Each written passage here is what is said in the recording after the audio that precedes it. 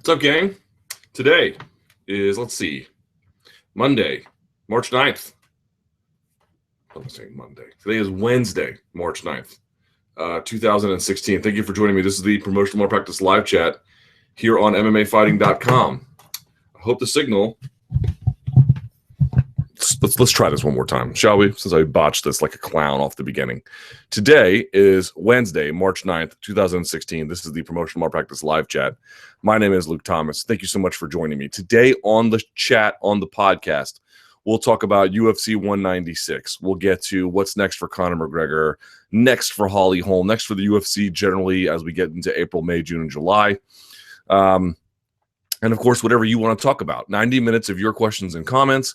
Best place to get them in is going to be in MMAfighting.com's comment section where this window is embedded. By the way, if you're watching this now, please give it a thumbs up, share it, and like it. That would be so kind of you. Subscribe to the podcast, itunes.com/promotional malpractice. You can find everything you need there. And, if you got any other questions beyond what I've introduced, of course, the floor is yours. So best place to do that, of course, like I mentioned, MMA Fighting, or you can get at me on Twitter, at SBN Luke Thomas. So, without further ado, let's get this started. Let's see how it looks. It's a little choppy, isn't it? A little bit choppy. But all right, let's see.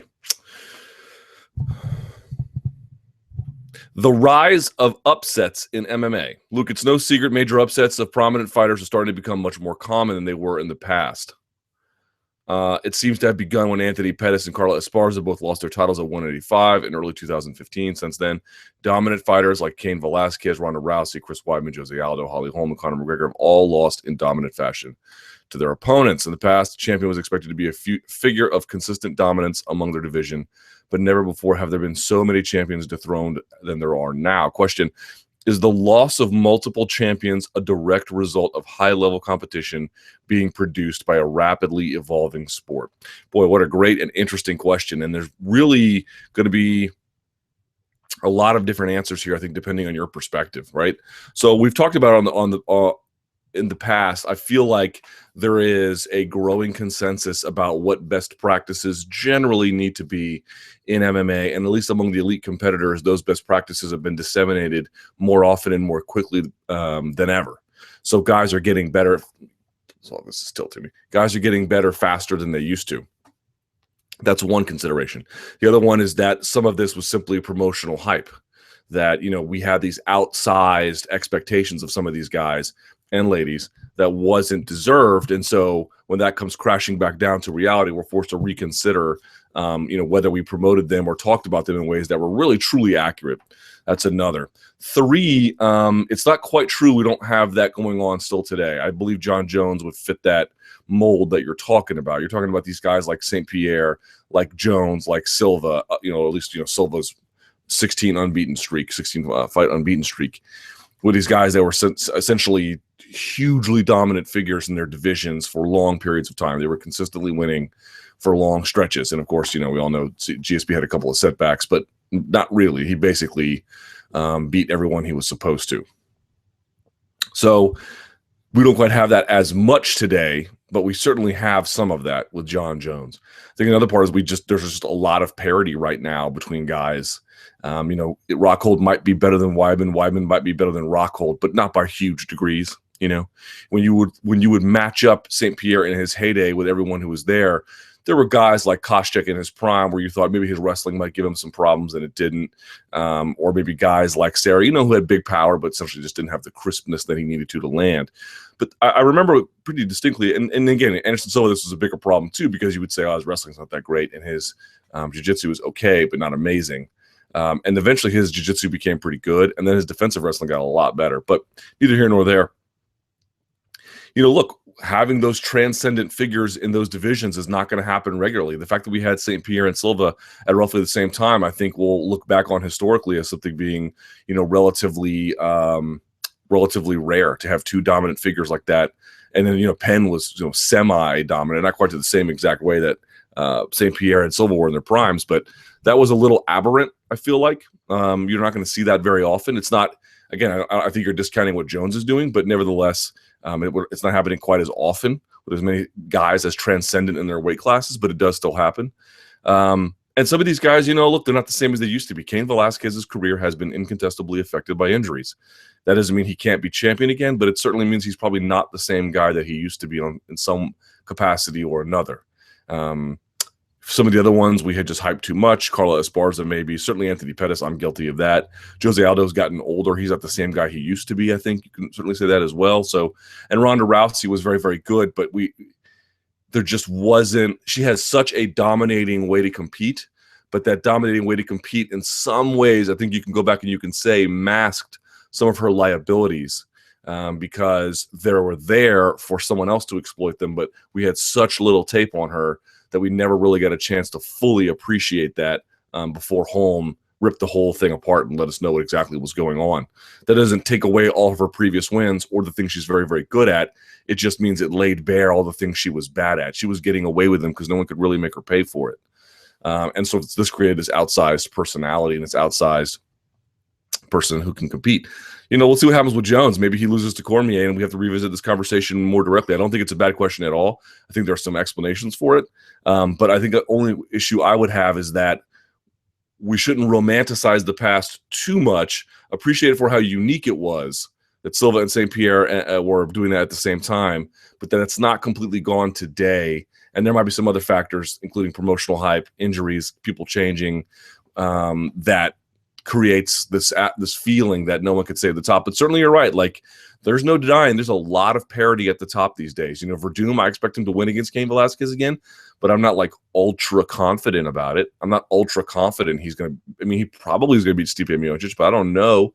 Like, it's not like when St. Pierre fought, I don't know. I thought St. Pierre was going to win handily against Shields, but, Shields makes it tough to win. Hughes, the second time they fought, I just knew St. Pierre was going to tear through him. There was really very little doubt about that, whatever the odds must have said at the time. So I just don't get the same feeling with these guys. I get the sense that one person edges the other. And, last thing I'll say about this, and we'll move on because I know there's a bunch of questions. There's a weird thing that I've been noticing guys get in their life. They'll get these certain moments where the whole time a guy is competing, if he's elite, he's probably getting better in some capacity. Sometimes he's getting better faster than other times. Sometimes he's getting better slowly or, not really noticeable, but, he's probably getting better at certain things. But then there are these moments where you look back and you say, wow, this guy really had this explosion of growth in a technical way. Verdum the last few years, like all the things he'd been working on really came together. Dos Anjos is that way too. And can you attribute that to King's MMA? Maybe so. Rafael Cordero? Maybe so. I felt like Luke Rockhold turned a corner in the last couple of years. And he's been getting better for a while. I needed to prove it. But, Max Holloway in the last couple of years, really putting it all, since that McGregor fight, really putting it all together. And I think that's creating these moments where as soon as you think one guy is ahead, boom, here comes this other one surging through with this individual personal growth spurt that really off balances our understanding of what's happening. I think that's really a component as well. Another question about Romero and his tainted supplements. Are you telling me that in the year 2016, a professional athlete in the UFC can't take the relevant steps to either declare or test 10 supplements once a month in order to preserve his career? Yes, that is exactly what I'm telling you. If it were that easy, they'd be doing it, but they're not. I think you overestimate the amount of attention fighters pay to that stuff.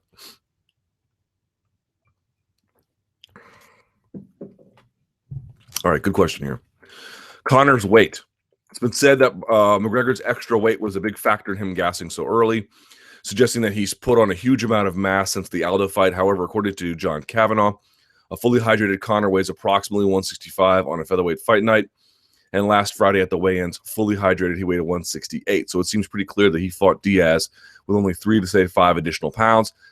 This is a lot for someone his size. It's nowhere near the 20 pounds that some people seem to have gained. From everything I've read, it's only possible to put on 1 to 2 pounds of muscle per month and slightly less than what if you've already been training intensively for several years, blah, blah, blah, blah, blah. What are your thoughts? Am I missing something here? As far as I can see, the main difference between him fighting at featherweight and lightweight, welterweight, is that he doesn't have to kill himself during the fight week, and that ultimately fights at about the same weight in each division. I think it's a question of what is the mass composed of. Is the mass composed of functional weight? How used to his body is it? he was probably dieting himself and training in ways to preserve a certain size rather than trying to narrow everything down so that when you rehydrate, you're certainly at that upper end, but what you're really doing is you're trying. I mean, for him to make featherweight, there's a certain amount of deprivation involved, right? There's a nutrient deprivation. There is maybe not a training deprivation, but there is some kind of sacrifices made, or some kind of increase in challenges made to make his body smaller, preserving all the things he needs to for athletic performance to the extent possible, but there's a deprivation involved. There wasn't deprivation involved in this time, and I had Joe Lozano on my radio show, and he was making a point that going up in weight, even 10 pounds, this takes months to get used to, for your body to get used to that weight. The idea that he was going to be able to do it and retain all his power at 155 was a little bit silly, and then he could do it by July for welterweight was really crazy. Lozano was thinking July for lightweight, and then maybe December or early 2017 for welterweight. That it would really take this kind of graduated time to slowly put on the muscle mass, which both works to Conor's benefit, really. Because I asked him the question, I thought his response was really interesting. I asked him, look, he only fought one guy at welterweight. He fought Nate Diaz. Can we really affirmatively conclude his power doesn't translate up there? Well, we can conclude it didn't translate in that fight pretty clearly. The power was strong. It hurt Diaz. It cut him up real bad, but it wasn't enough to put him away. And once the power went away, the rest of his game went away. Okay, so it didn't work in that fight. But I think, and I don't want to speak for him here, but certainly my impression, my recollection of what Lozano said was, well, it's one guy with a pretty good chin, not the most amazing, can't be put down with a shot ever kind of chin, but pretty good. Like Nate Diaz can take a shot. And there's that. And moreover, his body never settled into that weight.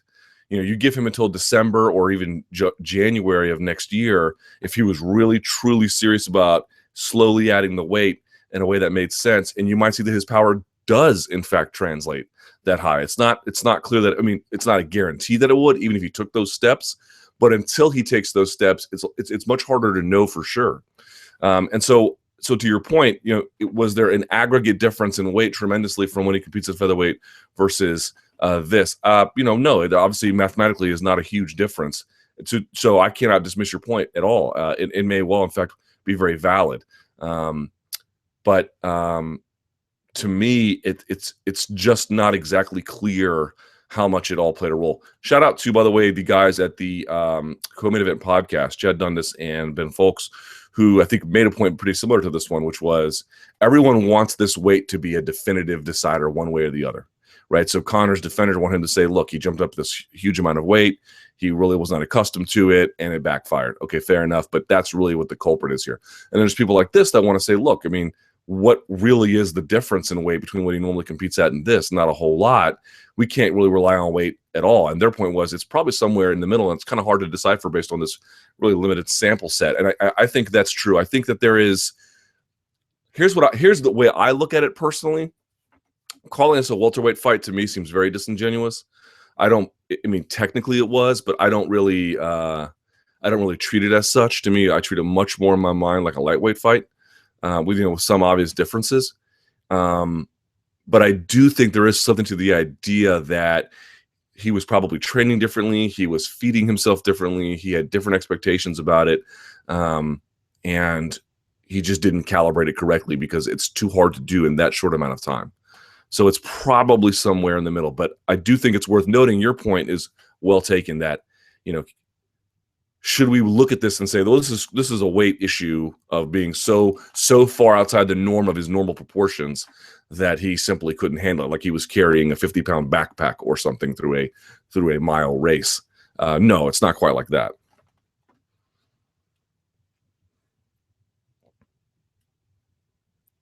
And then, of course, everyone's going to debate about his weight in the comment section.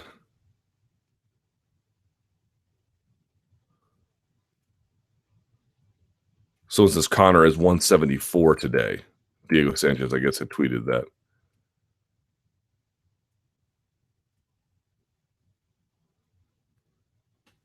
Logically, he would be 180 for lightweight. There's a lot going on. Let's see. Someone says the main issue is size is a major advantage for Conor and a major factor for his wins at featherweight. Size advantage shouldn't be able to be manipulated so extremely. One, this highlights the need for dangerous and drastic cuts should be lessened, if not eliminated. And two, good luck to Frankie, though still waiting for McGregor to drop back down to defend his belt. Yeah, interestingly. Okay, McGregor's gas tank. Joe Lazan put out a video before 196, and he pretty much nailed it right. Now I realize that McGregor was throwing bombs, but he did the same against Holloway and seemed to have no issues despite the injury halfway through. Shouldn't you have more energy without a weight cut? And in a somewhat related follow-up, how closely linked is their cardio to a fighter's chin? It seems that fighters like the Diaz boys and Frankie Edgar are capable of taking inhuman amounts of damage. Well, a cut can affect your chin, right? So two different ways. One, when your brain has been deprived of water and it takes a shot of damage, it doesn't handle it the same way as before. You know, I'm sure Cody Garbrandt, a known hard hitter, you know, when he hit Tenquinho, I'm sure he hit him super hard. I am not saying otherwise. But when I saw that fight, I really wondered how much Tenquinho's weight cut affected his ability to take that shot. You know, the guys who take a big weight cut, they don't have the same ability to take a shot to the head as they do guys who haven't, at least that much, generally speaking. The other part is a weight cut just tires you generally. When it tires you generally, it tires your offense. But that's not why he got hit. I mean, he got hit because he got tired, yes. And the check hooks that we went over in the Monday Morning Analyst and the jabs to the body and the jabs to the face, these all contributed. But it just seemed like there was no one moment where you saw McGregor exert a bunch of energy. There was a break in the action. You saw him huffing and puffing, and then you were like, aha. There was those wheel kicks he was throwing for no apparent reason, and all of that. My pointing out, it was just a slow decline. And who knows why exactly in terms of the biomechanics of it, the natural biology of it, the way in which, again, he sort of provided nutrients for himself, whatever the case may be. There's probably a lot of unknowns we don't know. We're all discussing these sort of public terms of the debate without really knowing if there's any other private issues. Again, I'm not saying injury per se, but I really do wonder how he, as another thing to think about, among others, how he fed himself and whether that was done well. When you cut weight, you're very much scientific about what you can and can't put out. There's a lot of thought going into putting up screens to make sure that if you ingest it, it has, the requisite amount of calories, but no more. It's really the right amount of nutrients, but no more, and the right amount of weight intake, water intake, but no more. I don't think that going through a weight cut makes you have more energy. But if you're going through a weight cut, you're probably in a place where you're being much more disciplined generally about identifying the things that can affect your weight negatively. It seems like he wasn't doing that here, both in terms of what he was either putting in his body or the way in which he was managing his training around it, because we've definitely all seen him with more energy than this. And in a somewhat related follow-up, how closely linked is their cardio to a fighter's chin? Blah, blah, blah, blah, blah. Yeah. Right. But, when Diaz landed that 1-2, we went over this in the Monday Morning Analyst. McGregor never keeps his hands here. He never looks over his guard, ever. Certainly not on that night. What he does is he might parry a shot, but only if he's moving forward to tamp your hand down to either throw a counter or, find a lane for the left hand. All his defense in that fight came from slipping and then bobbing and weaving and trunk movement. That's it. There wasn't a lot of blocking and parrying here and then circling out and resetting the position very carefully. It was very much about these. And that was the other part about it. Like, everyone was like, well, he didn't manage the weight properly. Okay, he threw big shots against Chad Mendes, but he was throwing these monster punches on Nate Diaz, these huge extensions of the left and these winding uppercuts. And sometimes they landed and sometimes they didn't. And then you add in those wheel kicks. It was really a combination of things. What was his weight really like in terms of his body composition? Did he really provide himself with the proper nutrients? To what extent was this just, why was he wasting his motion on wheel kicks that were not even coming close to landing? And these huge, like, he was leaving his feet. And you saw me in the Monday Morning Analyst. There's a point, I think, like 139 in the first round. He's literally throwing these major punches as he walks in stride. Just this constant use of ineffective just there was not an economy of motion with his punches. there wasn't an economy of motion to his strikes and his movement generally. For a guy who's been doing movement drills, and movement, the kind of thing he's talking about has a lot of different ancillary purposes, but for a guy who has vaunted movement and really unexpected striking, I thought a lot of his stuff was really predictable. Like when he went over, he leaned to the right. He was always on the overhand left. He leaned to the left. He was always digging the rear hand uppercut, all centered on that left-hand side. It's no coincidence that from here, Diaz came out of that fight looking like Harvey Dent, because all the offense was just on one side of his face. It was that was it. So it was just not a great fight for McGregor. It just, a lot of things weren't coming together for him there that I didn't see. I thought for a guy who, because what were we saying about McGregor before the fight? Like, he's one of these guys that has a tremendous ability for self-insight, for really feeling how he, paying attention to the way he feels, understanding his body, and then tailoring the training and everything else around that to maximize use of it. Seems like that somewhere along the line that didn't come together for this fight. And it'll be interesting to see in the months ahead what exactly that was and how he'll look again when he goes back to 145. Again, it's not that the cut to 145 is good for him. It's that if he has to cut to 145, he's got to go through everything that he does, from his training to his sleep to his diet to everything, with a fine-tooth comb. Sounds like he didn't have that fine-tooth comb this time. The end of Muay Thai.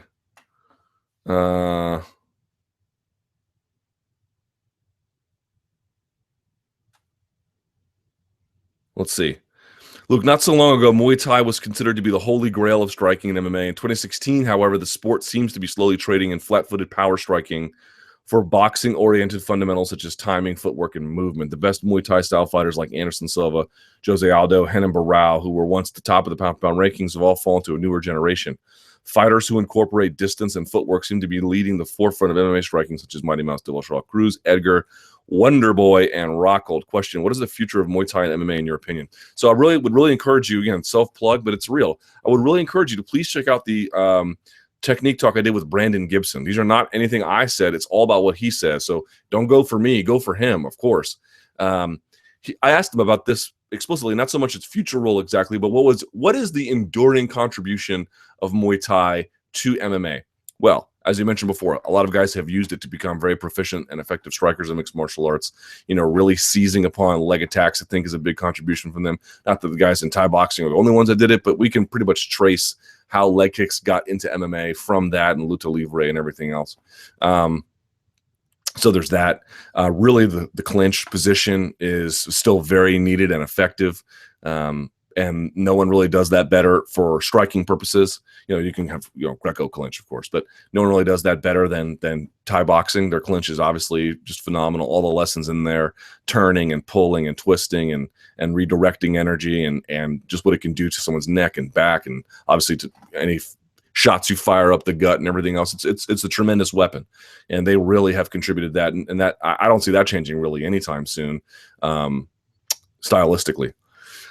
And then, of course, also involves clinch breaking skills too, right? So there's that as well. But, Brendan Gibson identified some just problems with it. The stance necessary for it really makes you susceptible to all kinds of different attacks, both striking and the wrestling variety.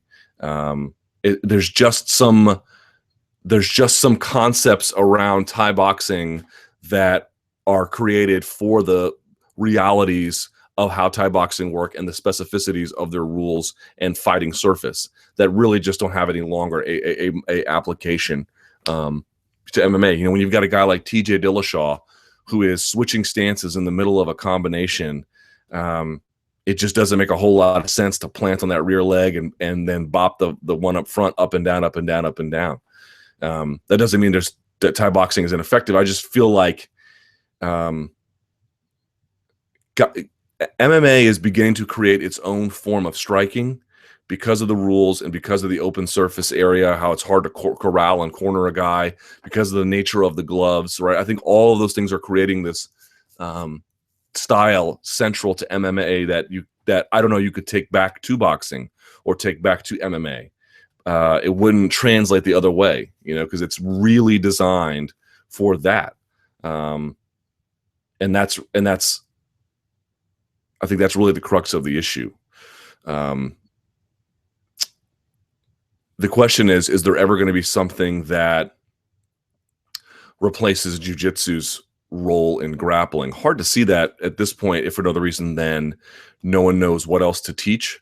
But I wonder if in a few years we might see a mode of grappling, and we'll just call it that for now, that obviously incorporates a lot of fundamentals from jiu-jitsu, but really is so MMA specific that it winds up being very, very effective in MMA. You couldn't take it back to jiu-jitsu, but it would still be really useful for grappling context in MMA. And I think to some extent, maybe you do. Many guys have already adapted jiu-jitsu from gi to no gi, and then from no gi to MMA no gi, and there's all these differences. But I mean a really coherent, identifiable system that people were able to train and teach and call something, right? Give it a name.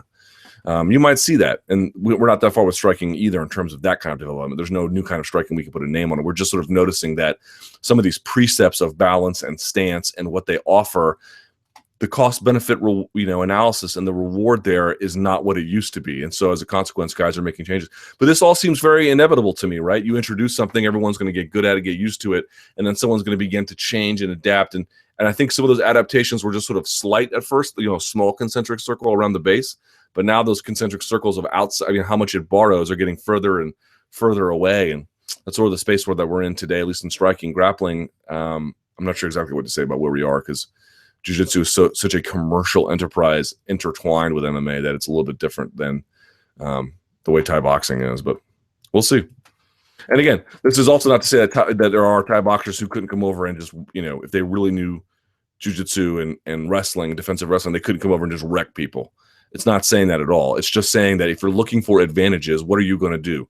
Train the exact same thing that everyone else is training, or take a lot of the really beneficial functional elements of that and then begin to put on these, you want a striking style, it seems like in MMA today, that borrow certain precepts. Maybe you borrow the clinch position from Thai boxing, but you really borrow a lot of boxing style, footwork and movement and angling and pivoting, right? You get a lot of that from boxing. You want something that when you look at it, only your fingerprint works on the scanner. That's what you want. You're the only guy who can do that, because if anyone else has it, well, they can all do it. And even in Thai boxing, everyone's going to have their own style. Everyone in jiu-jitsu has their own style, but there can be a lot of these, similar modes that a lot of people fit into. And I think what guys are trying to find is that individualization that, can be observed, but not really mimicked. Was Dos Anjos? Let's see.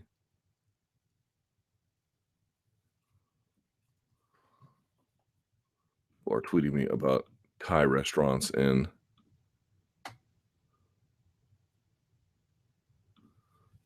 Washington, D.C. All right. Was Dos Anjos the biggest loser of the night? That might have been Dos Anjos' only big payday. MMA is a crazy sport. For all we know, he ends up losing his next fight and fades into a journeyman role. Do you think he ended up losing around $2 million for that fight? Basically life-changing money. Yeah, that's interesting. I don't know if he's going to get that big fight. You see him angling now for Lawler at UFC 200. Maybe he'll get it. I don't suspect that he will. You could make the argument that it would be compelling to see champion versus champion, as it was McGregor versus Dos Anjos, but I think more people at this point would be organically interested in seeing Nate Diaz take that on for Robbie Lawler than vice versa. I'm not saying that fight meritocratically makes the most sense. I am not arguing that. I'm sure every real welterweight contender would say, time out, why are we doing this? Fine. I wouldn't suggest otherwise, but yeah. I don't know. That's a tough one, man. Will he have a big fight again? What if McGregor goes in there and dusts? Let's say, okay, let's do this. Let's say McGregor goes back to 145 and let's say fights Aldo and dusts him and says, you know what? I'm not done at 155 yet. I'm not done. Could he get that fight? Maybe. If he goes in there and looks really good against Aldo, and a fight that goes longer, and let's say he goes to 4 rounds, and McGregor's cardio looks phenomenal, and he shuts down any kind of jiu-jitsu attacks and stuffs takedowns, it might be the kind of rehabilitative performance that would, at least enough for him to get the momentum going for a lightweight title shot. But again, how likely is that? I don't know. What if they do Edgar next and he looks even worse? I'm not suggesting that's what's going to happen, but you have to at least consider the possibility, right? Not good for Dos Anjos. That's the truth. That's the truth. But what is he supposed to do? A lot of these people are like, well, you should just fight injured. Right. Well, I mean, if you can make it through a medical clearance with a broken foot, good on you. You guys can hide a lot. They can really, they can conceal things in these meetings and checkups with doctors, but they can't conceal everything. And moreover, if you believe that you need something to win and that one thing or, one of, let's say, a few things is taken away, you shouldn't fight. It just sucks that it happens that way for him, but I'm not going to believe these guys who was like, well, you should have done it. You should have just gone and fought. Why? And lose your title over a fight where you're performing to 50% of your ability? That doesn't seem like a very smart idea. Diaz had nothing to lose. What does he lose? He still gets paid no matter what. And if he had lost, he could have been like, I was 11 days notice, of course. What am I supposed to do? But, that he won is even better for him. Dos Anjos had much more to lose. Even yes, he lost the big payday, but what if he had the big? What would he? He has to ask Dos Anjos, what would you rather have, a huge payday and no title, or your title and maybe a future payday down the road? I suspect he might do the latter.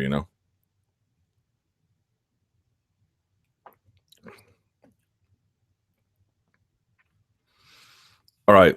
By the way, I'm drinking the Mora. I've really given up diet soda for the most part. I mean, I haven't gone cold turkey, but I don't drink it hardly at all. And I'm sleeping. Finally, the last 2 days I've slept really well, and I feel so much better.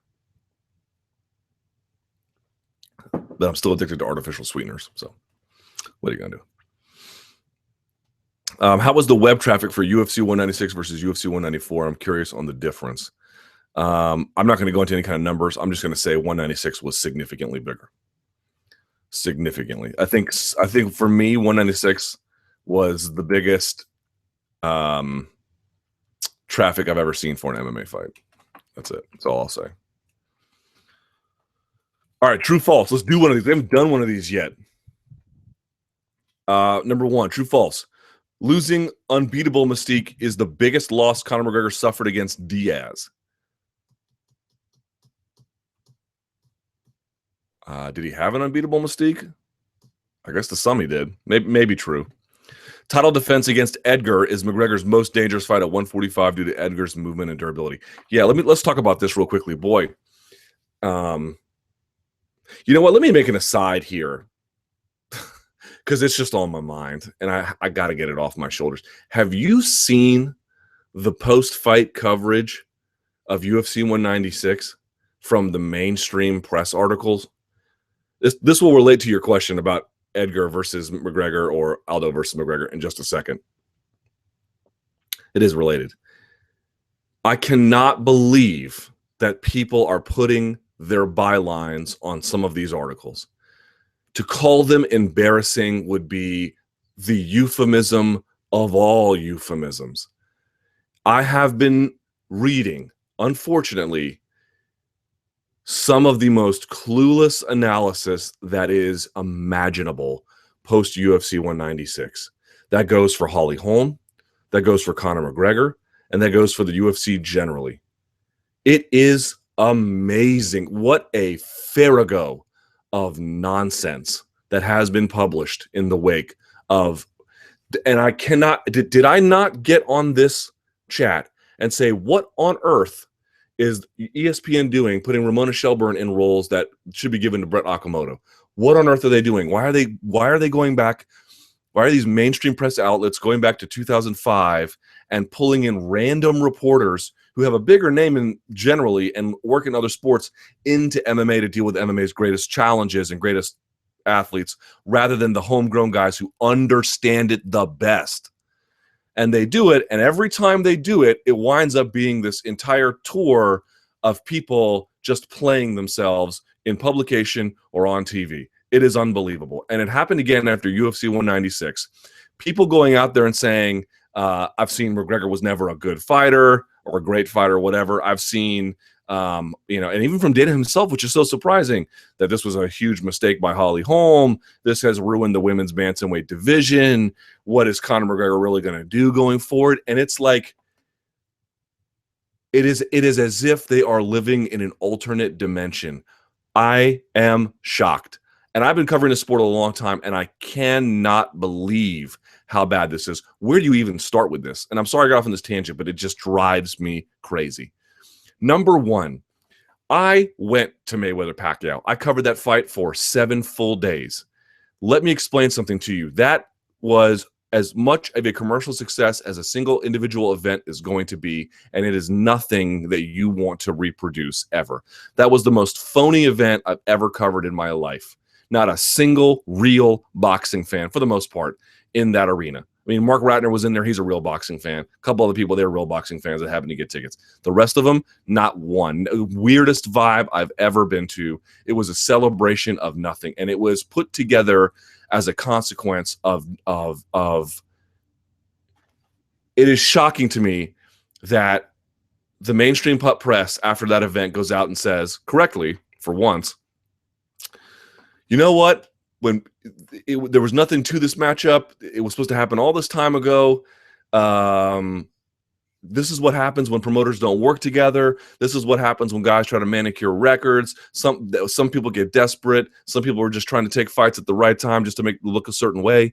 And then when Holm and McGregor lose, they go out and say, why didn't they take these fights that made more sense for their careers? Why didn't they take fewer risks? Why did UFC sanction this? Why didn't Holm wait until Ronda Rousey came back? Why did McGregor take this risk?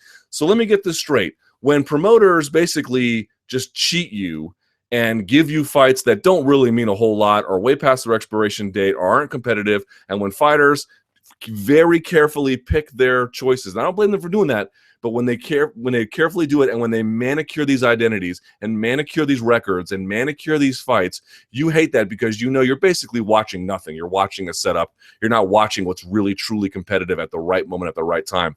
And then when a promoter goes and does it, then it's a mistake.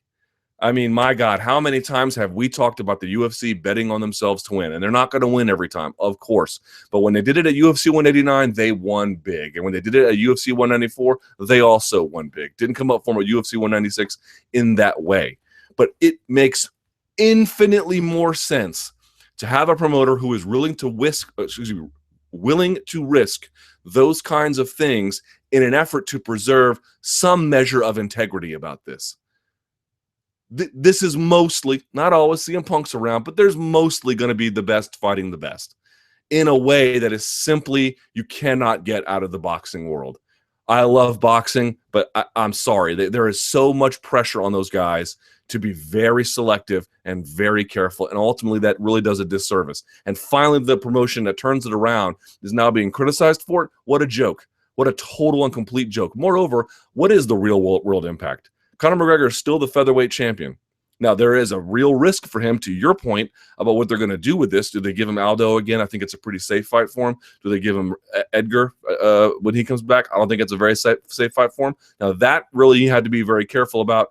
There's real consequences about that. But jumping up and wait and taking a fight, even against another guy who's coming in on short notice, all of a sudden this is the end of the world. All of a sudden people want to stop seeing Conor McGregor? Nonsense. And if women's bantamweight has never been better. You have a bunch of great choices to go from.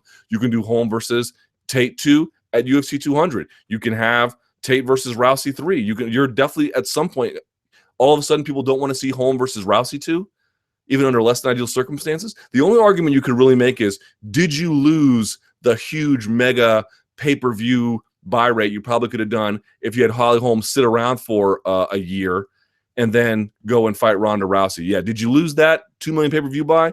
Yeah, sure. Okay, you know what? That's not great. So what? So what? It is much more important to have the principled attitude that on some level, the best should fight the best, and they should stay as active as they themselves are willing. And that's inevitably that is going to have its drawbacks. But on balance, isn't that what you want as a consumer? And is it so disastrous for their bottom line that it's worth avoiding at all costs? No. Conor McGregor's next fight is going to be huge. And when Ronda Rousey comes back, the return of Ronda Rousey, the media darling, you don't think that's going to be a mega fight, especially against her hated rival, Miesha Tate? What planet are people living on? What you want is a promoter willing to do this kind of thing. This is what you've been asking for. This is the corrected version of the way things used to be. This is the updated version of it. It's got its drawbacks, but on balance, that is the principle guiding things that makes it better for you and for me, and frankly for the sport generally. I don't begrudge guys who want to take certain fights for themselves that are smarter. I will never get in the way of that. I understand that. But I'm also not going to get in the way of a promoter who is not for that. And the two negotiating is what you really want. That's what you want. I understand that. I get guys wanting to have some self-preservation. But when Holly Holm says, I don't want to sit around, I want to stay active. When Conor McGregor's like, I don't want to sit around, I want to be active. That's what you want. That's what you want. If you are Floyd Mayweather and you are 49-0 in your career, you have gone your entire career, professional anyway, without losing. That only tells you one of two things. You didn't fight often enough and you didn't fight the right guys at the right time, period. There is no sport where people have sustained success like that throughout their career. If you fight the best often enough, you lose. That's just inevitable. That's the reality of things. And I think that reality, I would suspect, would begin to dawn on the mainstream press. And yet they go out and say, this is a long-term disaster for the UFC. You have surrendered your right to comment on this sport forever. Forever. You're just wrong. It's not even up for debate. I just can't believe it. And then you still have a guy like Jon Jones, who seems to be, we'll find out against Cormier in the rematch, because the first fight was still pretty competitive, who's basically going out there and just dominating people over and over and over again. Like you want. He's becoming that guy. If you can't win in such a way to dominate people in the sport, like Silva did in his prime, like GSP did in his prime, you don't deserve the kind of fights that make you look that way. Either you can win them or you can't win them. And if you can't win them, let's see who can. And that's it. That's it. I cannot believe some of the stuff I've been reading. There was an entire article in the Sports Business Journal collecting this assortment of fail over and over and over again. And I don't know what For the Win is publishing over there at USA Today. I mean, they're literally just making stuff up. I mean, not like lies or anything, but just analysis, like just monkeys slamming their fingers into keyboards and hoping that it makes coherent letters and sentences. It's amazing to me. UFC 196 on its own terms was a great night, and we lost what was hoped to be these major fights between McGregor at 170 or Holm versus Rousey 2 in terms of being a 2 million pay-per-view buy rate. But that will still sell 1 million buys the next time she fights. And when McGregor's still the featherweight champion, and if you couldn't earn the right to fight at welterweight, if you didn't earn the right to defend your title against Holm or against Rousey by beating Tate, then that's just what it is. On to the next thing. I am so glad that UFC takes that seriously. 3. GSP will be main event at UFC 200. I hope. I'll say true as a way of hoping. Tate beating Holm is the best thing to happen in terms of Rousey's career prospects. I'll say true, but I don't know how much longer she has left in this game.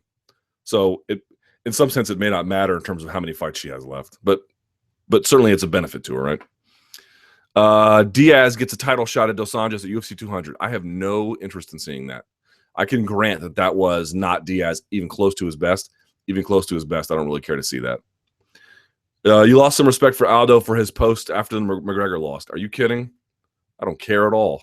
I mean, I don't love it, but I don't say what you want about it. Conor McGregor spent how long, how many years going out there and blasting people, calling them losers and traitors to their country and clowns and frauds. Sorry. If people go out there and call you bad names, oh well. You're an adult. He's a big boy. He'll be all right. Jon Jones is going to beat Cormier worse in the rematch. I think so, so I'll say true, but I don't know. We'll see. The McGregorization, i.e. consistent trash talk of seemingly every upcoming title fight, big fight, is off-putting. That's true. There's a limit. Trash talk is great when it's great, but it's not great when it's universal. Rory Macdonald loses to Thompson. I don't know. I haven't thought about that one yet, but that's really interesting. McGregor losing is the worst thing to happen to the fight at your natural weight movement. It's a setback. It's a setback. Do one more of these true false McGregor edition. McGregor's loss to Diaz raises questions about his cardio. False. McGregor's power will translate to 155 just fine. Done appropriately, I think so. True. McGregor would be wise to reduce the number of spinning kicks. That's definitely true. This is exactly the type of loss that can make a fighter better if he analyzes it correctly. This is the true fact about Conor McGregor. He is a guy who has historically, especially since that second submission loss when he had, has used setback as a catalyst for reinvention, right? So you look at that second loss where he really just devoted himself to his craft and became who he was and found his offensive identity and the things he liked. And I really also believe that ACL surgery and that ACL repair really helped him begin to understand his body, how it functioned, how it moved.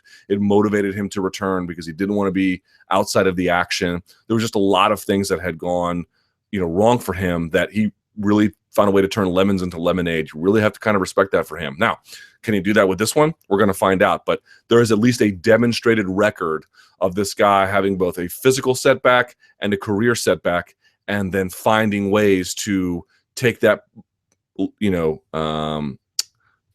low point and not just put it behind him, but use it as a springboard to achieve new highs.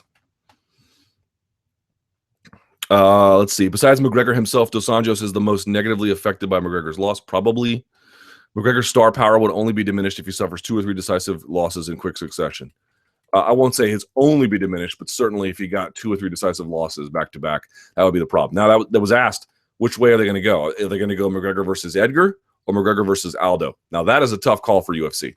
They got to figure that out. Personally, because I don't think the Aldo fight was very competitive, he should get the Edgar fight. The Edgar beating Mendez and the way that he did just seems like it's much more appropriate. That being said, I don't like Edgar's chances again, or I don't like McGregor's chances against Edgar very much. So anything's possible. I'm not saying McGregor can't win. Don't get all crazy, but certainly that's a very difficult choice for them. Or do you say, hey, maybe, and it's crazy to think about Aldo as a tune-up fight, but let's just think outside of that. Should McGregor take a bit of a tune-up fight in that sense of taking the easier one of the two to get himself back on the road to redemption? I could understand that argument as well. So we'll see what they do. But generally, why didn't they just have Holm sit around for a year? I don't know, because that's not necessarily good for her, because that's really the preservation of the dollar over the preservation of the integrity of the women's division and the title generally. It's much better to stay busy. People are like, oh, she should have just sat around and taken the fight. I'm not saying that would have been bad for her in the sense of her pocketbooks, but she was winning that fight, up until the very end. Miesha Tate gets credit because she dug it out in the way that she did, but she was well on her way to proving that she was correct. And are you going to dismiss her chances in a rematch? Because I wouldn't. So, but more to the point, is what you want. Well, what did you want out of this? Did you want to be competitive? Did you want to stay active? Or did you just want a record that looked good because you pulled the wool of consumers' eyes a lot of the time? There are consumers being like, we just want to see magic. We don't want to see the real thing.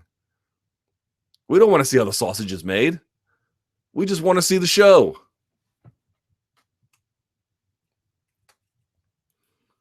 There we go. Dana said Holly made a mistake taking the fight. I thought it was kind of odd to hear Dana saying basically given really bad advice and should have never taken the fight. I understand that Ronda fight would have netted her a lot more money, but in a long time to wait. How much money do you think she lost? She probably lost millions, like a lot of millions, by doing that. And again, that's not an insignificant thing to look past.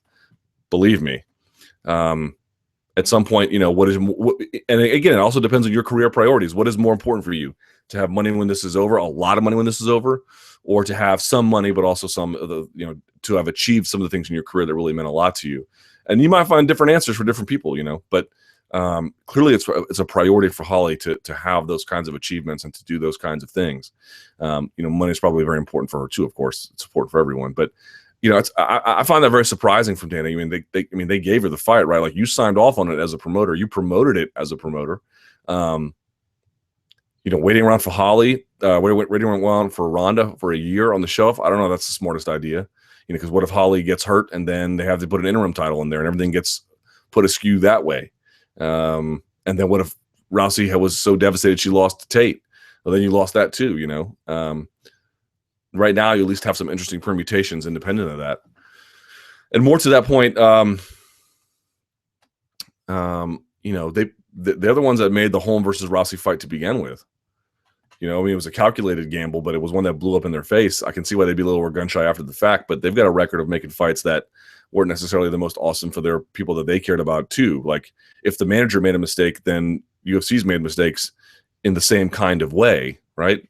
So, you know, it's a bit of an issue where I think all the parties involved, if what your priority is the preservation of a record and an identity, all of them have made some mistakes in that regard. None of them can claim to be free. But I would rather live in a sport where Rousey had to defend against title challengers regularly.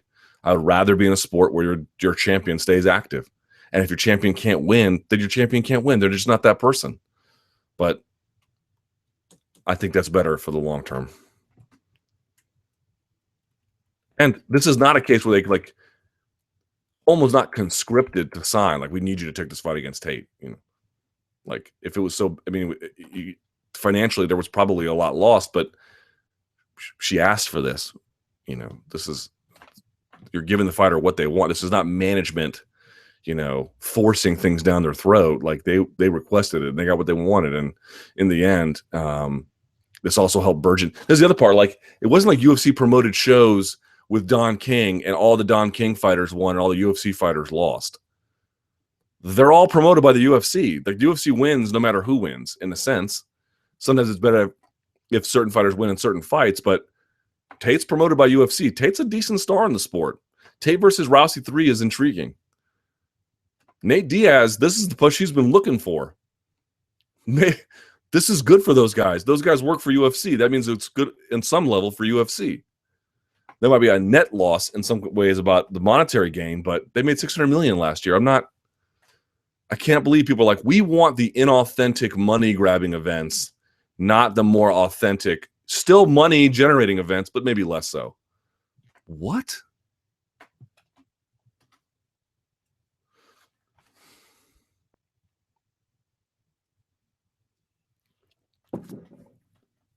All right, let's see. Let's keep going.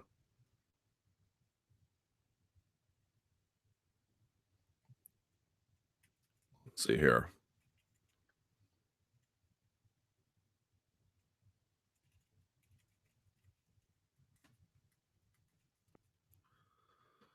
Miesha Tate's improvements.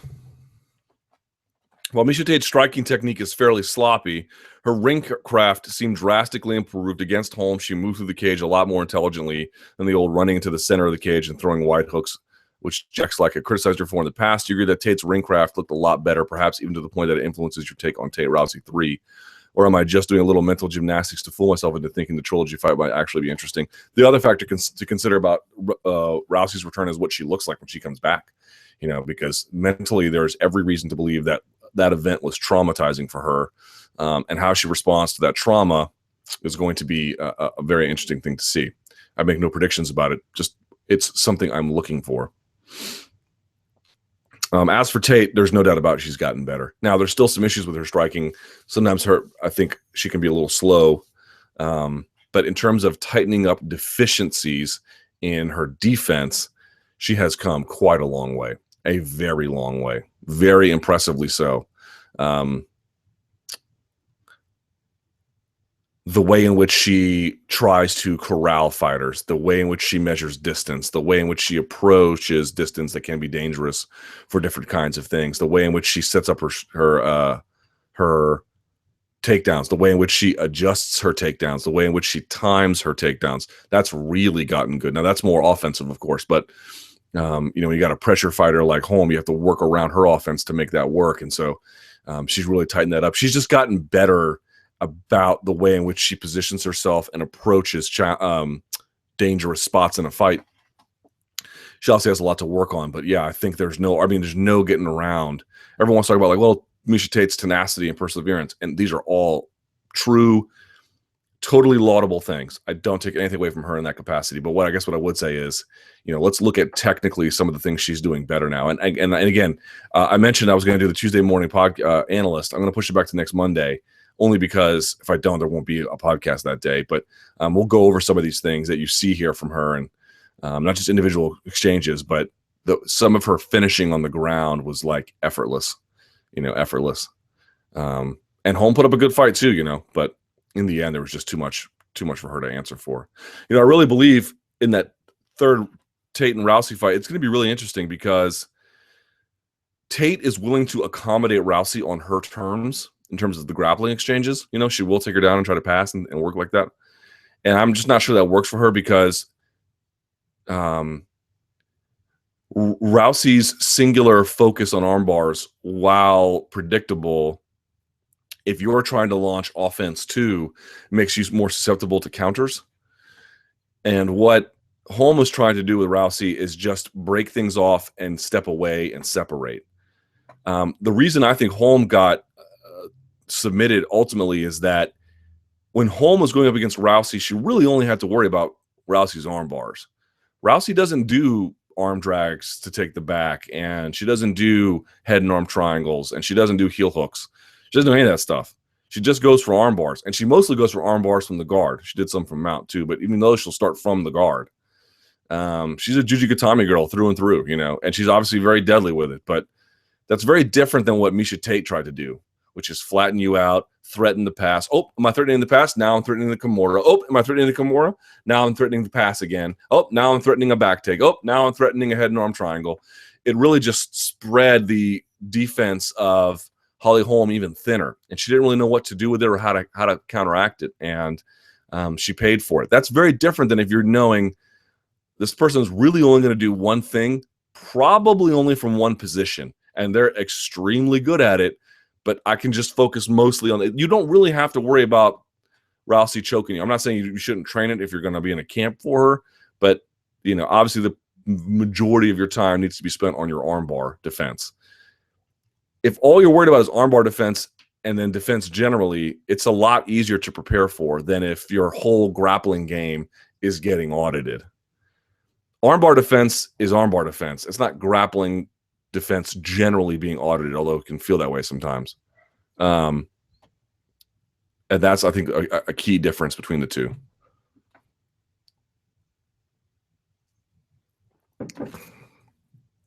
Valentina Shevchenko.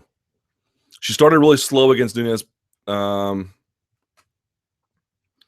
think she lost the first or second round by 10-8. It wasn't that dominant. However, she came on real strong in the third and definitely got that round. So my questions are, if Nunes versus Shevchenko was a 5-round fight, do you feel Shevchenko would have won? And who would you like to see her fight next? She reminded me a lot of McGregor in that fight. Not Shevchenko, but Nunes, or Nunes, however you want to properly pronounce it. When McGregor is light on his feet and full of energy, he really does do a good job of slipping punches and then landing his own. He does a really good job of trunk movement and staying out of range and dodging things. He's really good at it, actually. And when he gets tired, when that goes away, when those reflexes go away because you're exhausted, the whole thing comes crashing down all at once. Nunes is a bit like that. Now, she is much more up here. I don't mean to say that they defend shots in the same way, but she was moving around a lot, showing a lot of different targets. She was staying active with a variety of different offensive weapons. Obviously, she has an advantage on the ground. But the minute she slows, she became a stationary target quickly. It's amazing how they go from like hard to hit, hard to read, hard to time to tired and hittable. Like it's almost instantaneous once they hit that wall. They hit a wall and then they're just there for the pickings. And that's when Shevchenko really began to mix it up and let her offense go. Not saying she couldn't have done that before, but it just she didn't for whatever reason. So if that had gone 5 rounds, the answer is yes, because Amanda Nunes, what was the first thing she said after she got interviewed? She was like, this is a big test for me. I wanted to see if I can go 3 rounds, and I did it, and it was great. And she's right, and she deserves credit for it. But she definitely was very, very tired in that third. And when she gets tired, her offense goes away quickly. And really her defense doesn't become, part of her defense is her offense. It is her moving and setting up things and being unpredictable and that giving rise to her ability to strike. Has a defensive component as well. And both of them get shut down when she gets tired. She gets very flat-footed and she becomes much easier to pick off in a very noticeable, automatic, quick kind of way. That's kind of what happened to McGregor. Once he was unable to monitor his distance and really launch into the punches he wanted to and duck and dodge and use trunk movement, the show closed for him pretty quickly.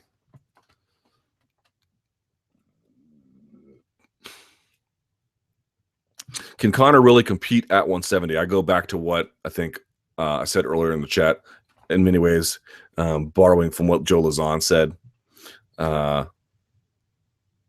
not giving up on him moving to 155. I think 170 might be a bit too much, but even then, only if he does it gradually and really like takes the time to put the weight on correctly and use it correctly.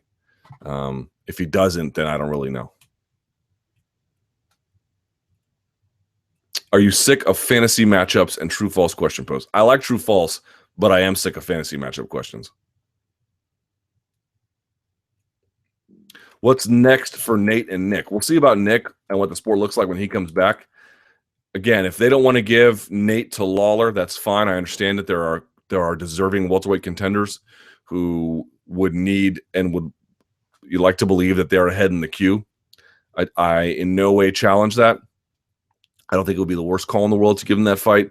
And if not that, then there's got to be some other these guys who can float between 155 and 170 like Nate, some other kind of interesting fight like that. Because to me, a fight against Dos Anjos is not very interesting. You want to book Nate in competitive, tough fights. And if he wants a Dos Anjos fight, that's fine too. But let's see. Nate is look, if a fighter is a money weight fighter, then give him money weight fights. But Holly Holm is not a money weight fighter. I mean, she would be if the Cyborg thing was there, but it's not there. So she's not. She wanted to be a champion. She wanted to defend her title. Then let her do that. But if a guy doesn't want to do that and he's not interested in that kind of thing, then don't. Now, if he wants the RDA rematch, I say you give it to him. But to me, it just feels like a lot. Can Nate Diaz beat Robbie Lawler? I don't think that's the craziest thing in the world. Robbie Lawler has been good, but he's been in a lot of wars recently, and he's got some liabilities that I wonder if Diaz could take advantage of. I don't think it's the craziest thing in the world. 209. All right, 209 indeed.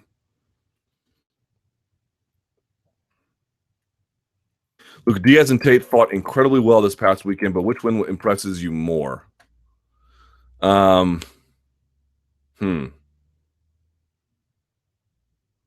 Probably Tate. Tate had to do more to win. She was shut down for 3 rounds almost. Well, first, third, and fourth, she was shut down.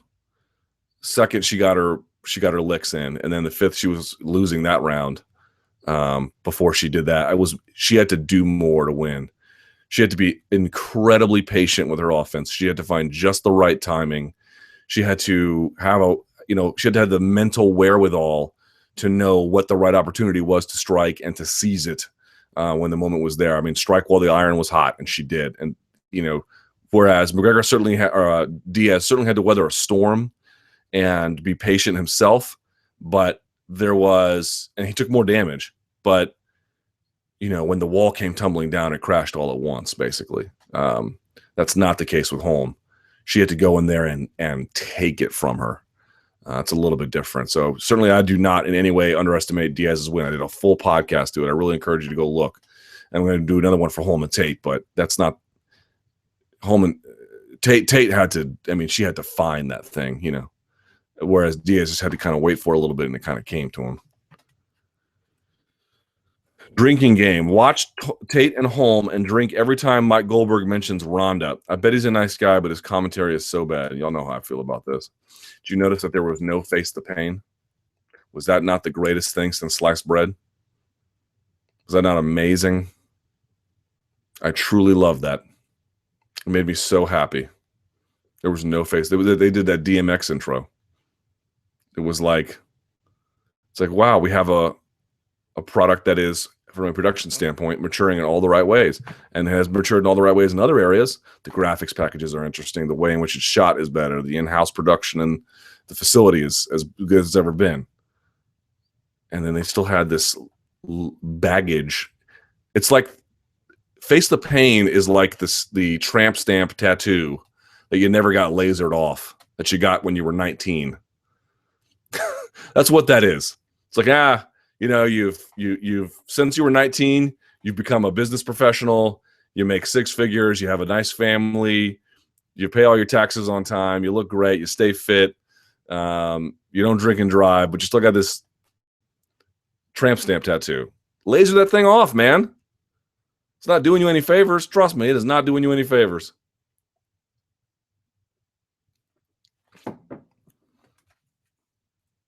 What is your favorite fight in UFC history? If you can't come up with one that was your absolute favorite, then how about top 5? I had the most fun at Lesnar versus Carwin, I think. Not saying it's my favorite fight, but when I had the most fun. Lesnar Carwin for sure. We already kind of answered what's next for Conor McGregor. Ronda versus Miesha versus Holm versus Kat Zingano in a Hell in a Cell match. If that was a possibility, which it never would be, who would you pick? Well, I don't know what a Hell in a Cell match is, so I won't. Tapping or another way, there's also the other thing is Kat Zingano. You go back and you look, when is MMA really fun? A couple of times. You always going to, look, it is great when you have a dominant champion like a St. Pierre or a Silva or a Jones, right? That's always great. And if you could get that in women's bantamweight, that would be great too. But there's no woman right now who can reassert themselves in that way. There's a lot of parity in there. But there can also be a lot of fun when there's parity. The light heavyweight division was built off these guys who had these runs, but also because the runs kind of came to an end or they were difficult to maintain.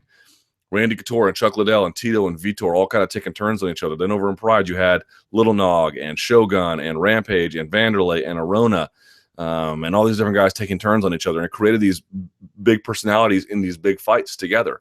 We look back on that as the heyday of light heavyweight because there were so many interesting guys. That's what made it awesome. And then now everyone is saying, well, we don't want women's bantamweight to be interesting. I would like it to be interesting. Yeah, you don't want so much turnover that everyone's the same, but I don't think that's what you're going to get. I think eventually it's going to settle itself at least a little bit for a little bit longer. That's the way it mostly happens all the time anyway. Tapping or going to sleep. A lot of people are criticizing Conor for tapping rather than going to sleep like Holly did. Was there a difference between the two chokes? Not really. I'm sure there was a slight difference, but it seemed as though Nate's forearm was across Conor's windpipe, making it more than a purely blood choke. No. In fact, it was actually off-center. It was much more of a blood choke. Also, what's your general opinion on tapping rather than going to sleep? There is nothing shameful about tapping ever, except when you do it from opposite side half guard on a non-Von Flue choke that's actually just a head and arm triangle. That aside, well, again, if you're a UFC level fighter, if you're just a regular donk, it's no big deal. If you're a regular donk, there's no big deal to tapping. If you want to be a UFC level fighter, there are some issues, but this is not one where I consider it a real deal. It's not. I mean, Conor was done. And let me just say something about Conor's jiu-jitsu, because I saw people being like, Conor's jiu-jitsu is so terrible. It's really not that terrible. First of all, he hit that kudu guard sweep in the second round, which, again, I went over in the Monday Morning Analyst. If you haven't seen it, he uses this, frankly, very esoteric guard. Some of Saulo Ribero's guys use it. It's called the C-U-R-U guard, kudu guard, okay? And he uses it all the time, and or he just used it in this fight anyway, and he did it no-gi. It's usually a gi only kind of thing, and it's like an overhook single leg X guard is basically what you would call it. And he swept Nate Diaz with that thing, and that doesn't mean his jiu-jitsu is amazing, but I don't know a lot of guys who do that, and I know a lot of good guys. They don't. That's sophisticated guard play a little bit there. And the other part about it is when he got tired, when Nate Diaz was okay. So here's the thing. What's the difference between what Sage Northcutt did against Brian Barberina and what Conor McGregor did against Nate Diaz? Here's the difference. Sage Northcutt made different choices at different intervals that someone does when they don't know what the right thing to do is. That's very different than what Conor McGregor did. Conor McGregor was slow and non-responsive, but mostly what he was doing was trying to play catch-up to Nate's progression. So Nate would lock up the guillotine, and Conor would try to go around the corner. Nate stopped him with that single leg hook on the bottom. Conor tried to raise his base to do it, and then he got turned. And as he got turned, he tried to roll through it. As he tried to roll through, he got trapped. As he got trapped, he couldn't stop the pass because there was nothing there to help him keep the frame up there to keep the pass from going. Once the frame happened, he tried to buck. He couldn't really buck because he couldn't get his hips off the ground. In other words, he didn't make like the wrong choices. He just made him kind of slow and in a very lethargic way. He didn't do things that people who don't know what to do. So everyone's like, oh, his BJJ was terrible. First of all, Nate's BJJ is excellent. And second of all, I'm not sure that's true. Now, when he was against Mendez, he didn't do sophisticated guard play at all. Like in that fight, he didn't look all that great. All I'm saying is, I'm not here to tell you that McGregor's jiu-jitsu is amazing. I'm really not. But this idea that it's some tremendous liability against most guys, now maybe against RDA that's different, but against most guys, the evidence to me is very inconclusive in that regard. I am not telling you it's awesome. Oh, he's going to go out and sub Frankie Edgar. He is not going to sub Frankie Edgar. Trust me. Not unless Edgar is badly rocked or something. Just straight up grappling for grappling, he's not going to sub Frankie Edgar. It's not what I'm saying. But everyone's saying this guy needs to go back. He's a white belt. White belt's no better. That's not true. He did the things you're basically supposed to do, or he did the things you could expect someone who knows jiu-jitsu to do. He just did them, second to Nate. He was trying to follow Nate's lead. That's a hard place to be whenever you're trying to win.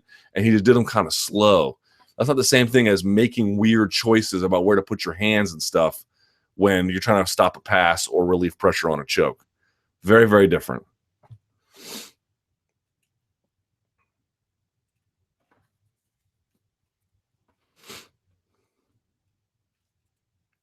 Who's the biggest star now, Nate or Nick? You know what? Nate has had, I think Nate's bigger now. Nate's had, I mean, this win is big. It's real big for him, you know? And I don't think Nick ever won a fight this big in terms of, the promotional size of it. So we'll see. What'd you make of all the boos DC got? Boy, DC, I think, has been taken aback by this, you know? Essentially, it seems to me that the boos stem from the fact that they view him holding that title as inauthentic.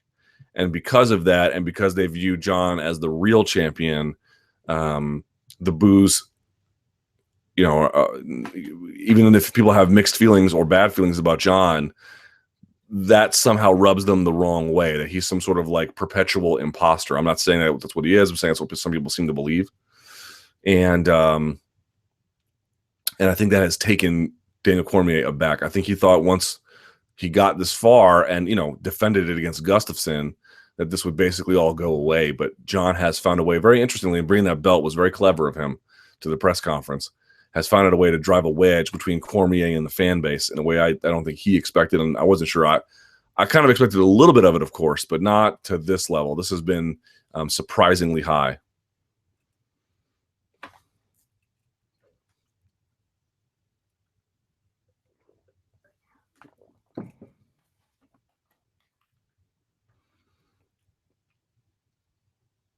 How did you get out of jury duty? I didn't. I had to do it for 2 days. It sucked.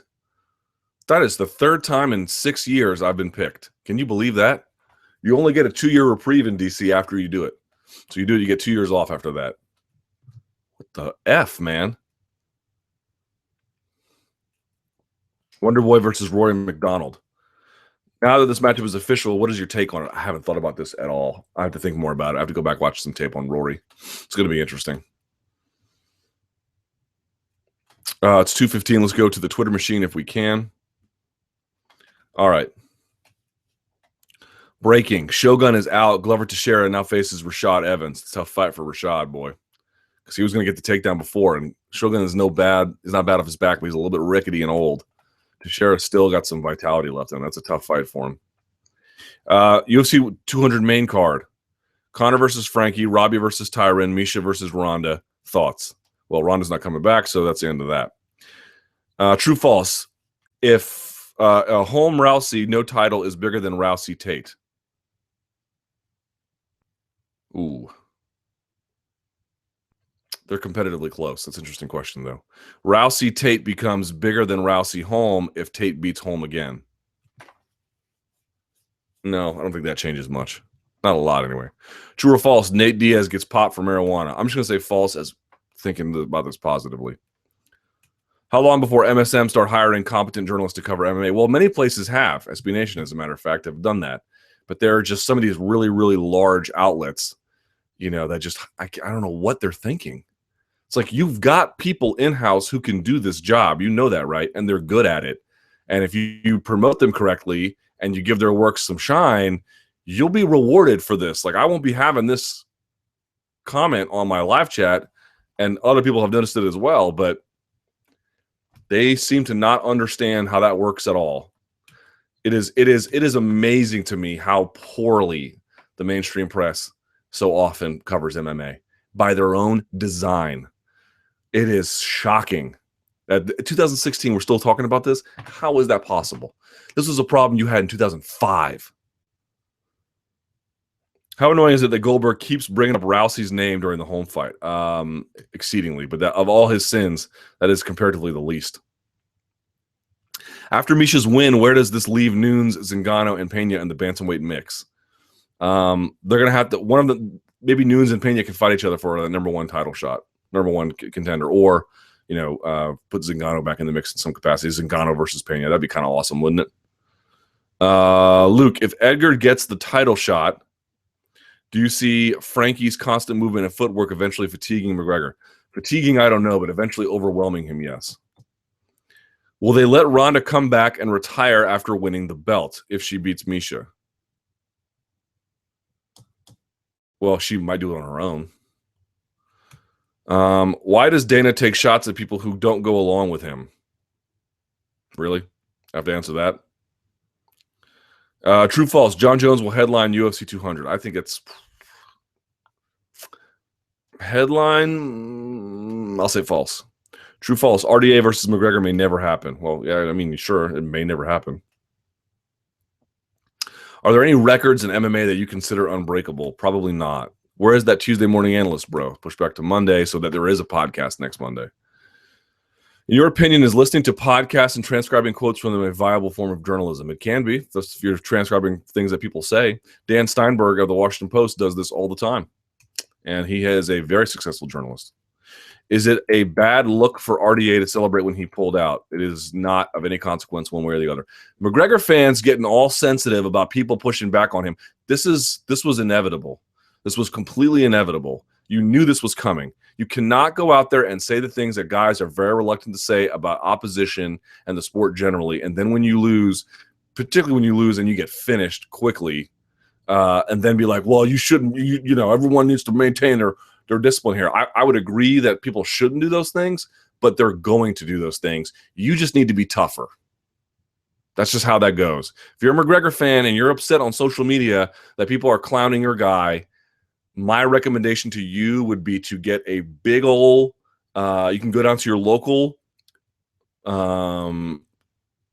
grocery store, maybe your CVS or Walgreens, and go buy some straws and suck it up.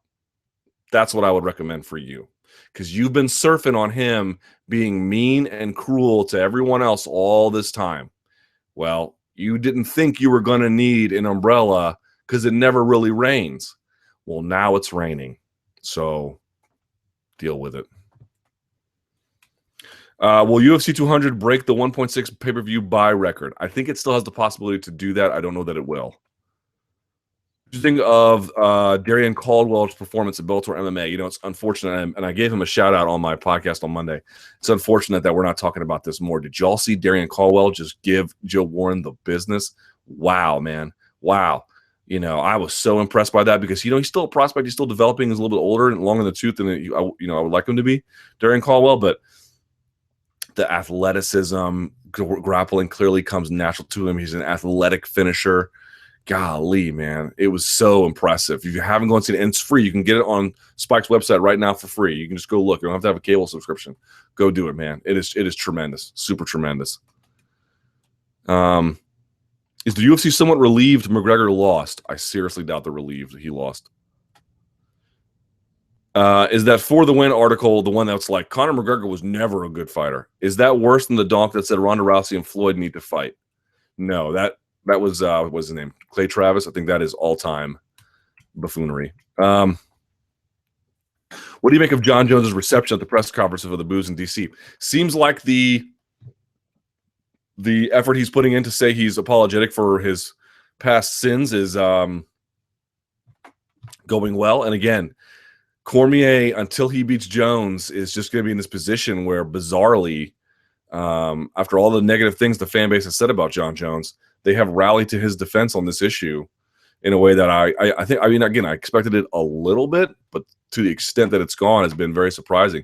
Cormier just simply hasn't taken command of the position that he's in. What do you think of the tap versus no tap discussion? There is no tap versus no tap discussion.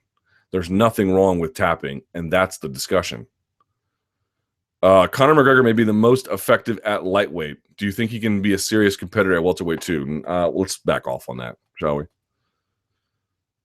True, false. Did Conor McGregor plan to fight both Diaz and RDA, knowing he could pick Diaz if RDA pulled out? I don't know. Did you see Ronda's heavy bag video? I have not.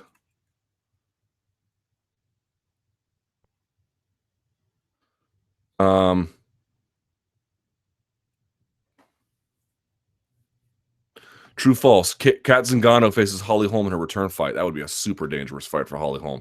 But if she took it, I would have tremendous respect for her. Super match with Nate versus GSP at 200. Who on earth wants to see that? GSP has tremendous takedowns and first-rate submission defense. No thanks. And he's much bigger. So what else we got here?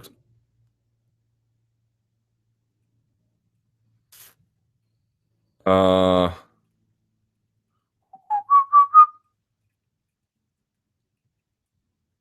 got one from Nate Corey here. Here we go.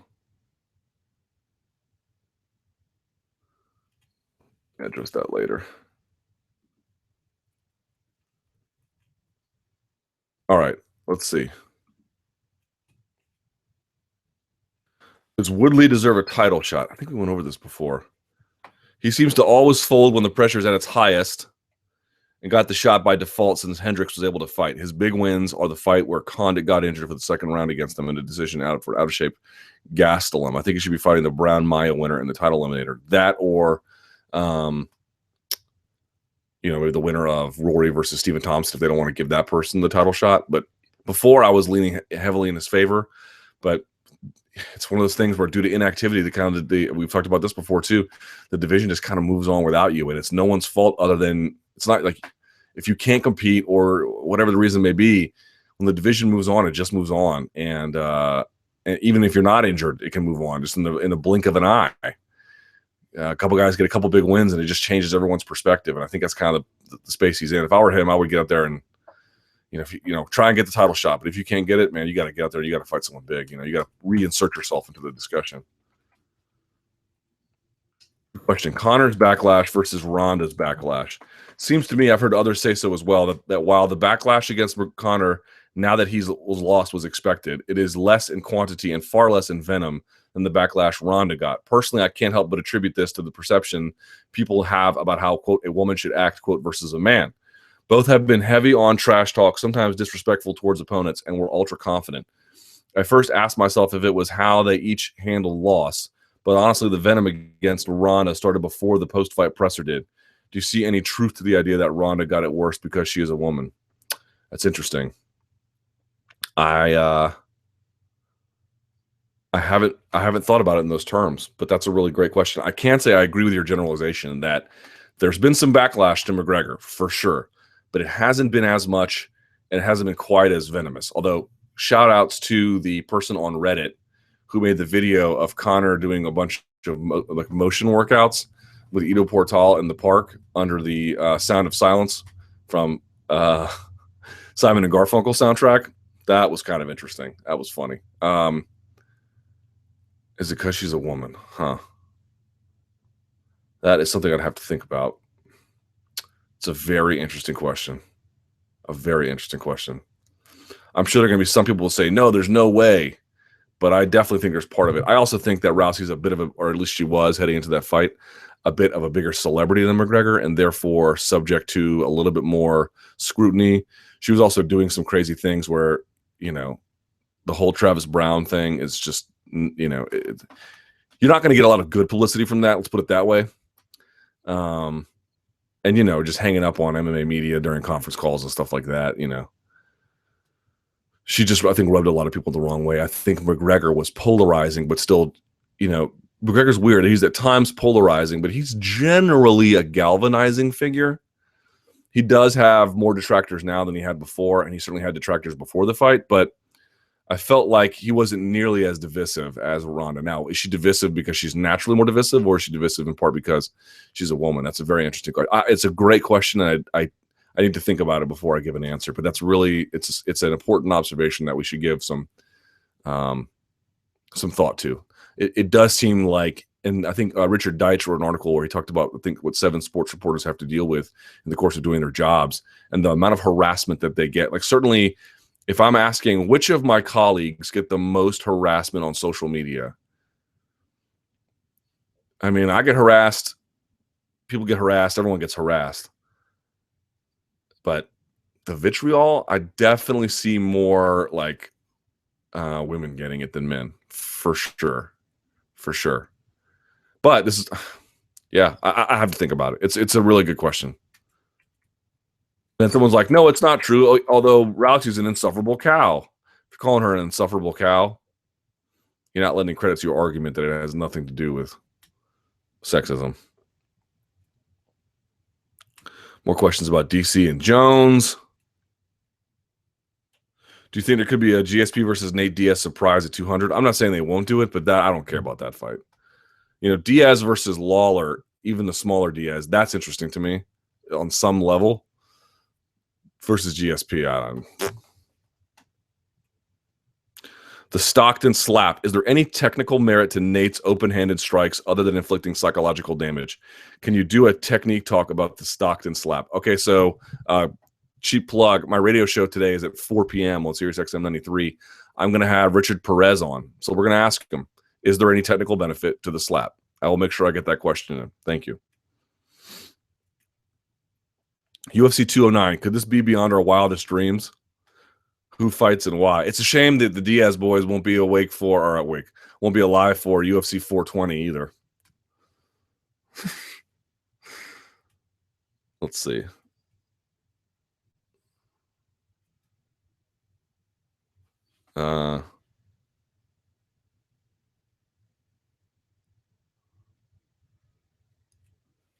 Yeah, here's a question about For the Win. Luke, what did you think of that For the Win article that very deftly pointed out that Conor McGregor is a mediocre to good but not great fighter? I thought it was totally unassailable. Would love to hear your thoughts. Yeah, you know, I mean, there's certainly, look, this is certainly a moment to revisit the idea that some of the accolades and praises we had heaped on McGregor deserve to be, revisited and maybe dialed back a notch. But it is not cause to say this is a guy who has a reputation that is built on a house of cards. That he's just only good. He stretched Jose Aldo in 13 seconds. And even beating on Chad Mendez on short notice was still, we can go back and talk about the ways in which it was impressive. And he beat Max Holloway, and he beat really good guys. I don't know what to tell you guys. Like, again, it's the same thing about McGregor's BJJ. Like, the guy loses once. Oh, it's terrible. This win is not good for him. There's no argument about it. Like, it's certainly a moment to have some grounded discussion about McGregor. But this idea that, like, all of a sudden, we've been fooled for the last 2-3 years is just sort of ridiculous. Okay. Time for me to go. Do me a favor, if you haven't already, give this video a thumbs up. I would really appreciate that. Thank you so much for watching. You can follow me on Twitter at SBN Luke Thomas. By the way, again, 4 p.m. right after the show is over. I've got my radio show today. We're going to have Richard Perez on, so I'm going to ask him all kinds of questions about the Diaz boxing style. Cheap plug for that. This podcast, itunes.com/promotional malpractice. And any questions you may have, please send them my way, luke.thomas@sbnation.com. By the way, I have still been talking to the t-shirt designer. Had a call with him this week. So for folks who've been asking what happened to that, that's still in motion. I said it was going to take time, and it is. We're going to get it worked out. So thank you for your patience. Thank you for watching. Stay tuned to MMAfighting.com for more coverage. This whole week, we're going to have Invicta and World Series of Fighting coverage. Really appreciate you guys watching. And until next time, stay frosty.